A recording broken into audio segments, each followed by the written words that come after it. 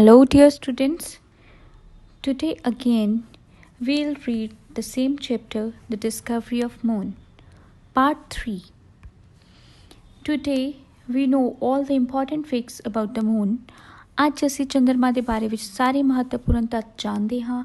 It is the earth's only natural satellite. ਇਹ ਧਰਤੀ ਦਾ ਇਕੱਲਾ ਕੁਦਰਤੀ ਉਪਗ੍ਰਹਿ ਹੈ।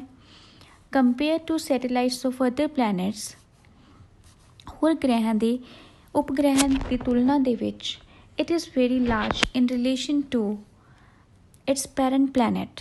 ਇਹ ਆਪਣੇ ਮੂਲ ਗ੍ਰਹਿ ਦੇ ਨਾਲੋਂ ਬਹੁਤ ਵੱਡਾ ਹੈ।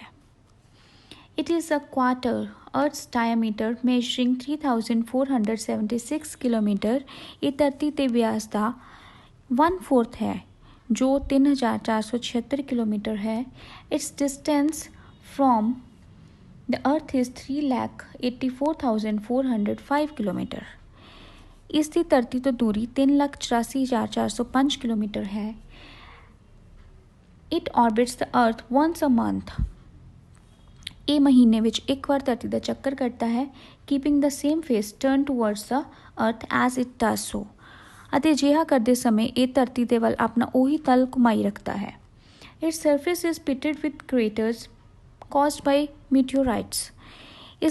ਇਸ ਦਾ ਤਲ ਵੱਡੇ ਵੱਡੇ ਟੋਇਆਂ ਨਾਲ ਭਰਿਆ ਹੋਇਆ ਹੈ ਜੋ ਉਲਕਾ ਪਿੰਡਾਂ ਦੇ ਦੁਆਰਾ ਬਣੇ ਹੋਏ ਹਨ। The moon is the same age as the ਅਰਥ।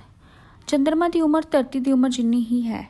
About 4,600 million years, ਲਗਭਗ 460 ਕਰੋੜ ਸਾਲ। The moon is not a self-luminous body. ਚੰਦਰਮਾ ਇੱਕ ਆਤਮ ਪ੍ਰਕਾਸ਼ਮਾਨ ਪੁੰਜ ਨਹੀਂ ਹੈ। The earth and the moon travel around a common center of gravity in space. ਧਰਤੀ ਅਤੇ ਚੰਦਰਮਾ ਪੁਲਾੜ ਵਿੱਚ ਇੱਕ ਸਾਂਝੇ ਗੁਰਤਾਕਰਸ਼ਣ ਕੇਂਦਰ ਦੇ ਦੁਆਲੇ ਘੁੰਮਦੇ ਹਨ। As the moon orbits the earth, ਜਦ ਚੰਦਰਮਾ ਧਰਤੀ ਦਾ ਚੱਕਰ ਲਗਾਉਂਦਾ ਹੈ, different amounts of its sunlit surface are visible from the earth. ਤਾਂ ਸੂਰਜ ਦੇ ਪ੍ਰਕਾਸ਼ ਨਾਲ ਰੋਸ਼ਨ ਹੋਈ ਇਸ ਦੇ ਤਲ ਦੀਆਂ ਭਿੰਨ ਮਾਤਰਾਵਾਂ ਧਰਤੀ ਤੋਂ ਦਿਖਾਈ ਦਿੰਦੀਆਂ ਹਨ। This produces a cycle known as phases of the moon. ਇਸ ਨਾਲ ਇੱਕ ਚੱਕਰ ਪੈਦਾ ਹੋ ਜਾਂਦਾ ਹੈ ਜਿਸ ਨੂੰ ਚੰਦਰਮਾ ਦੇ ਪੜਾਅ ਕਿਹਾ ਜਾਂਦਾ ਹੈ।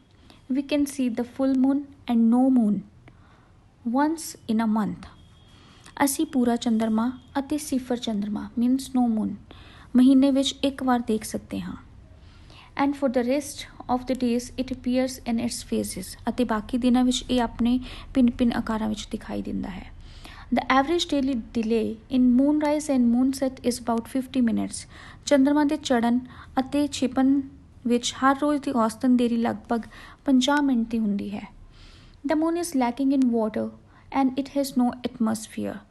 ਚੰਦਰਮਾ ਉੱਪਰ ਕੋਈ ਪਾਣੀ ਨਹੀਂ ਹੈ ਅਤੇ ਕੋਈ ਵਾਤਾਵਰਣ ਨਹੀਂ ਹੈ। A very light rain of cosmic dust continually falls here. ਇੱਥੇ ਪੁਲਾੜ ਧੂੜ ਦੀ ਬਹੁਤ ਹਲਕੀ ਬਾਰਿਸ਼ ਲਗਾਤਾਰ ਹੁੰਦੀ ਰਹਿੰਦੀ ਹੈ। In the glare of the sun, ਸੂਰਜ ਦੀ ਤੇਜ਼ ਚਮਕ ਵਿੱਚ lunar rocks reach a temperature of 110 degree centigrade more than the boiling point of water. ਚੰਦਰਮਾ ਦੀਆਂ ਚਟਾਨਾਂ 110 ਡਿਗਰੀ ਸੈਂਟੀਗ੍ਰੇਡ ਦੇ ਤਾਪਮਾਨ 'ਤੇ ਪਹੁੰਚ ਜਾਂਦੀਆਂ ਹਨ। But in shadows the temperature goes down to less than 100 degree Celsius. ਪਰ ਛਾਂ ਵਾਲੀਆਂ ਥਾਵਾਂ 'ਤੇ ਤਾਪਮਾਨ 100 ਡਿਗਰੀ ਸੈਲਸੀਅਸ ਤੋਂ ਘੱਟ ਜਾਂਦਾ ਹੈ। In spite of the knowledge of this dull facts about the moon, ਚੰਦਰਮਾ ਦੇ ਸੰਬੰਧ ਵਿੱਚ ਇਹਨਾਂ ਡਲ ਤੱਥਾਂ ਦੀ ਜਾਣਕਾਰੀ ਹੋਣ ਦੇ ਬਾਵਜੂਦ the poets and lovers continue to sing of the beauties of this heavenly body. ਕਵੀ ਅਤੇ ਪ੍ਰੇਮੀ ਇਸ ਆਕਾਸ਼ੀ ਪੁੰਜ ਦੀ ਸੁੰਦਰਤਾ ਦੇ ਬਾਰੇ ਵਿੱਚ ਗੀਤ ਗਾਉਂਦੇ ਰਹਿੰਦੇ ਹਨ and compare the faces of their beloveds to this lovely satellite. ਅਤੇ ਆਪਣੀਆਂ ਪ੍ਰੇਮਿਕਾਵਾਂ ਦੇ ਚਿਹਰਿਆਂ ਦੀ ਤੁਲਨਾ ਇਸ ਸੁੰਦਰ ਉਪਗ੍ਰਹਿ ਦੇ ਨਾਲ ਕਰਦੇ ਰਹਿੰਦੇ ਹਨ। Now let's have a look on these words. Decade, ਦਹਾਕਾ, a period of 10 years. Shattered, चूर हो जाना, exhausted, extremely tired और upset, बहुत ज़्यादा थक जाना। Question answers. Question is, why have the scientists declared moon unfit for human inhabitation? ਵਿਗਿਆਨੀਆਂ ਨੇ ਅਜਿਹੀ ਘੋਸ਼ਣਾ ਕਿਉਂ ਕਰ ਦਿੱਤੀ ਹੈ ਕਿ ਚੰਦਰਮਾ ਮਨੁੱਖ ਦੇ ਰਹਿਣ ਦੇ ਯੋਗ ਨਹੀਂ ਹੈ?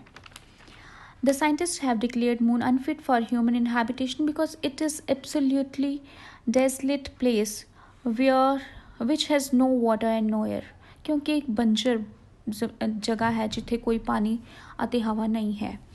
Next question is, according to the scientists, how can moon be made inhabitable for men? ਵਿਗਿਆਨੀਆਂ ਦੇ ਅਨੁਸਾਰ ਚੰਦਰਮਾ ਨੂੰ ਮਨੁੱਖਾਂ ਦੇ ਰਹਿਣ ਯੋਗ ਕਿਵੇਂ ਬਣਾਇਆ ਜਾ ਸਕਦਾ ਹੈ? Some scientists feel that moon can be made inhabitable for men by separating oxygen from the substances which contain oxygen. Next question is, name the metals found on moon. ਚੰਦਰਮਾ ਤੇ ਮਿਲਣ ਵਾਲੀਆਂ ਧਾਤਾਂ ਦੇ ਨਾਮ. Some useful metals like aluminium, titanium and iron have been found on the moon. Now give answers of the following questions. Hope you have understood all the chapter carefully, and now you give answers of these following questions, and then write the question answers on your notebook and then learn the question answers. Thank you.